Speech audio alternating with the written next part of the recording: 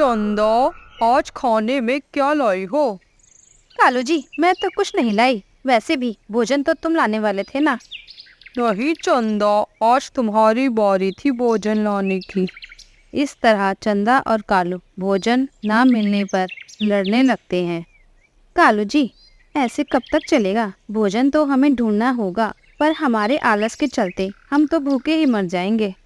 चंदा, तुम ठीक कह रही हो। कुछ तो सोचना पड़ेगा जिससे हमें भोजन भी ना ढूंढना पड़े और हम भूखे भी ना रहे। हाँ कालू जी, सोचो सोचो, जल्दी सोचो। भूख से तो मेरी जान ही निकली जा रही है। मुझे तो कुछ आइडिया ही नहीं आ रहा। चंदा, आइडिया मिल गया। हाँ, मिल गया। क्या आइडिया है? जरा मुझे भी तो बताओ। चंदा, हम दोनों जंगल के सभी पक्षियों के घर में बारी बारी भोजन की चोरी किया करेंगे, जिससे हमें भोजन ढूंढने में मेहनत नहीं करनी पड़ेगी। लेकिन ये काम हम करेंगे कैसे? जब भी हमें किसी पक्षी के घर से भोजन चुराना होगा, तब तुम किसी बहाने से उसे कहीं ले जाना या उसे अपनी बातों में लगा लेना, और मैं पीछे से उसका भोजन चोरी कर लूँगा और फिर हम दोनों मिलकर वो स्वादिष्ट भोजन खाने का मज़ा लेंगे। अरे वाह कालू जी, क्या आइडिया निकाला है तुमने। कितना तेज दिमाग है मेरे कालू जी का। फिर वह दोनों इसी तरह बातें करते करते हंसने लगते हैं और फिर शाम को वह दोनों गिल्लू के घर पर पहुंच जाते हैं और कालू गिल्लू के घर के पड़ोस वाले पेड़ पर छिपकर बैठ जाता है। चंदा गिल्लू का दरवाज़ा खटखटाती है। गिल्लू दरवाज़ा खोलता है। अरे चंदा बहन, आप इस समय मेरे घर पर कोई काम था क्या? नहीं नहीं गिल्लू भैया, काम तो कुछ नहीं था। मैं तो बस ऐसे ही आ गई तुमसे बात करने। मैं घर में बोर हो रही थी ना, इसलिए। ना कहकर चंदा को गिल्लू के बनाए पुलाव की खुशबू आने लगती है और वह जल्दी से गिल्लू से कहती है, अरे वाह गिल्लू भैया, आपके घर से तो स्वादिष्ट पुलाव की खुशबू आ रही है। हाँ चंदा, आज मेरा मन हुआ पुलाव खाने का तो मैंने बना लिया। वैसे कालू नहीं आया तुम्हारे साथ? नहीं नहीं गिल्लू भैया, वो कालू घर में नहीं था, तभी तो मैं आपके पास आई। वैसे कालू आने ही वाला होगा भोजन लेके। चंदा गिल्लू को बातों में लगाए रखती है और वह कालू को धीरे से इशारों में खाना चोरी करने को कहती है और कालू खिड़की से घर में घुसकर गिल्लू का बनाया पुलाव चोरी कर लेता है और अपने घर भाग जाता है। अब चंदा भी अपने घर पहुंच जाती है। वाह चंदा, आज तो पुलाव खाने को मिला, वो भी इतना स्वादिष्ट। चलो जल्दी जल्दी खाते हैं, नहीं तो ठंडा हो जाएगा। हाँ कालू जी, जल्दी से हम ये पुलाव खा लेते हैं, नहीं तो ठंडे हो जाएंगे।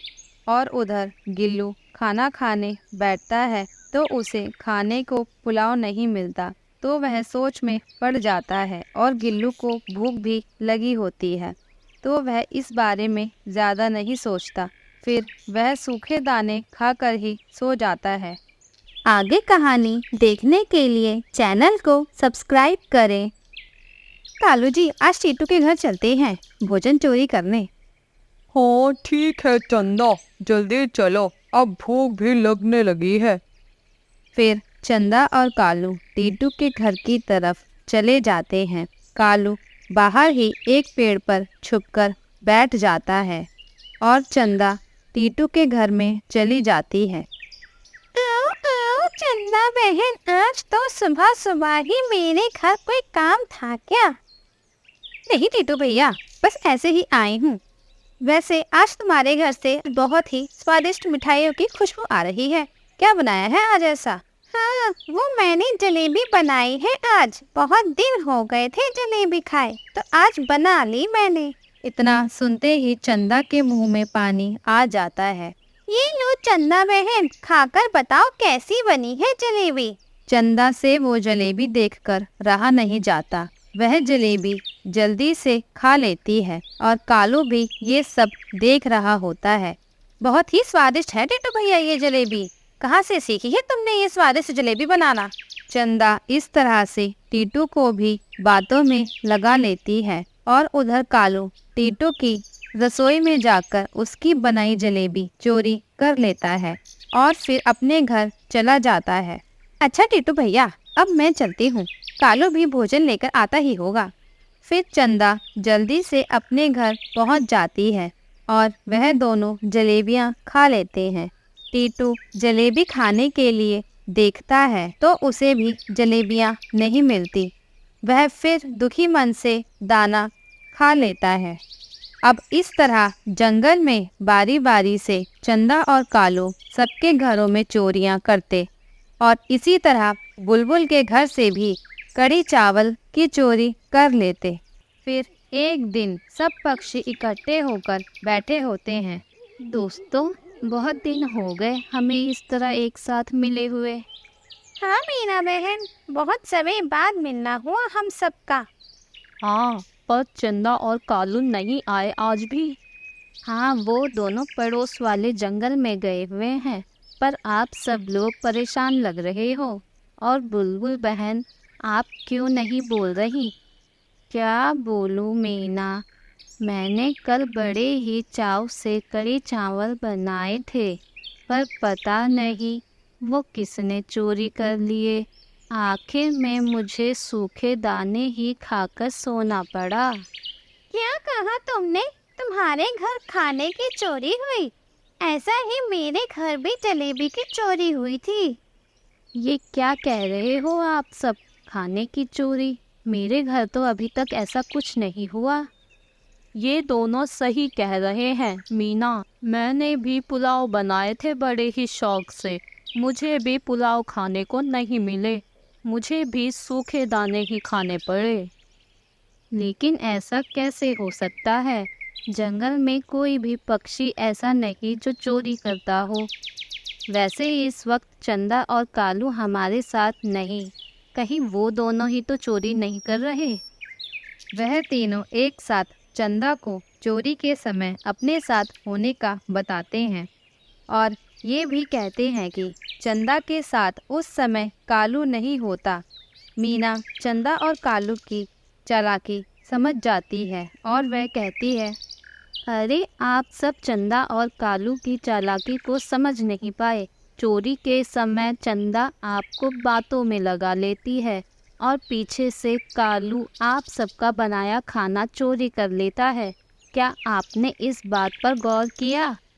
फिर वह तीनों मीना की बात से सहमत हो जाते हैं और फिर मीना से चंदा और कालू को सबक सिखाने के लिए बोलते हैं। वैसे मेरे पास एक आइडिया है। वो दोनों अभी तक मेरे घर नहीं आए चोरी करने, तो आज वो हो सकता है मेरे घर आए। तो मैं आज ही स्वादिष्ट सा भोजन बनाकर उसमें दस्त की दवा मिला दूंगी। जो भी चोर होगा उसे सज़ा मिल जाएगी। फिर वह सब अपने अपने घर चले जाते हैं और शाम भी हो जाती है।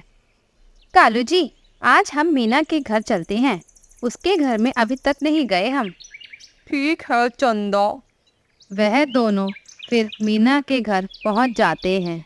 कालू मीना की खिड़की के पास छिपकर बैठ जाता है और चंदा मीना के पास पहुंच जाती है। मीना भी चंदा और कालू को पहले ही आता हुआ देख लेती है, इसलिए वह खाने में दस्त की दवाई मिला देती है। मीना बहन, कैसी हैं आप? बहुत दिन हो गए हैं आपसे मिले हुए, तो मैं आपसे मिलने आ गई।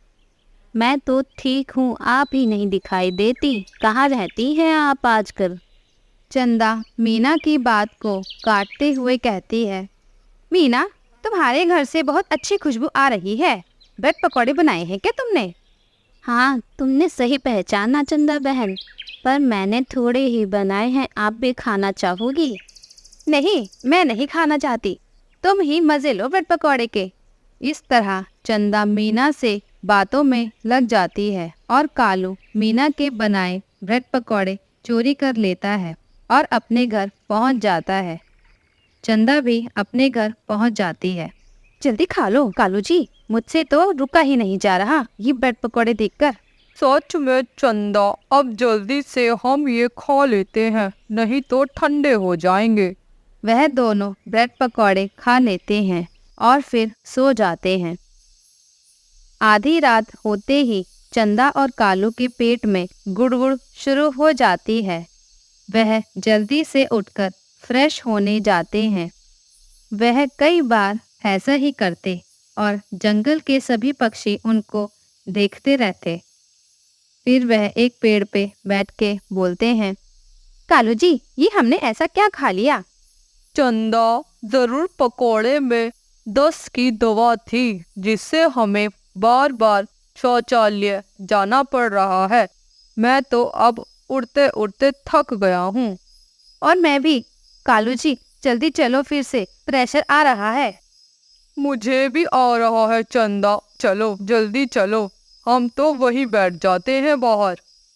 फिर वह दोनों इसी तरह चक्कर लगाते रहते हैं और फिर दोबारा चोरी किया खाना ना खाने का कहते हैं।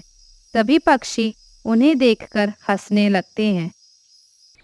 प्यारे दोस्तों, और कहानियाँ देखने के लिए चैनल को लाइक, शेयर एंड सब्सक्राइब करना ना भूलें।